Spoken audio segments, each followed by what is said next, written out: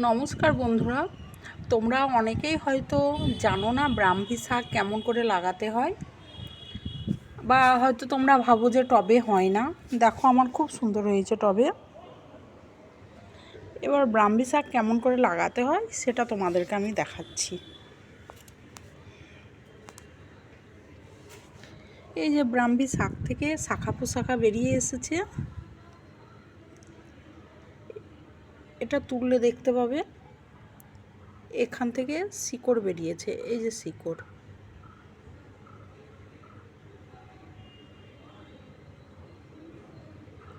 এই শিকড় সহ কিছুটা জায়গা, 10-15 ইঞ্চি মতন জায়গা তুলে নিয়ে অন্য কোনো জায়গাতে, আমি এখানেই করে দেখাচ্ছি, অন্য কোনো টবে বা মাটিতে তোমরা যেখানে ইচ্ছা বসাতে পারো, কিছুটা গর্ত করে নিয়ে ঠিক এরকম করে শিকড়টাকে বসিয়ে দিতে হবে, আর তারপর সেখানে মাটি দিয়ে দিতে হবে।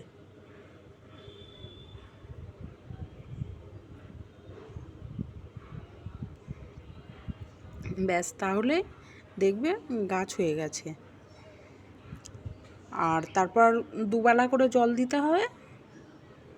ব্যাস, তারপর দেখবে এরকম ঝাঁকুমাকু করে টব ভর্তি হয়েছে।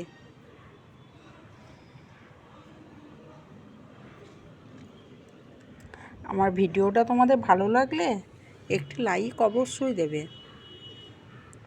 আর যদি ইচ্ছে হয় তাহলে একটু সাবস্ক্রাইব করে দিও।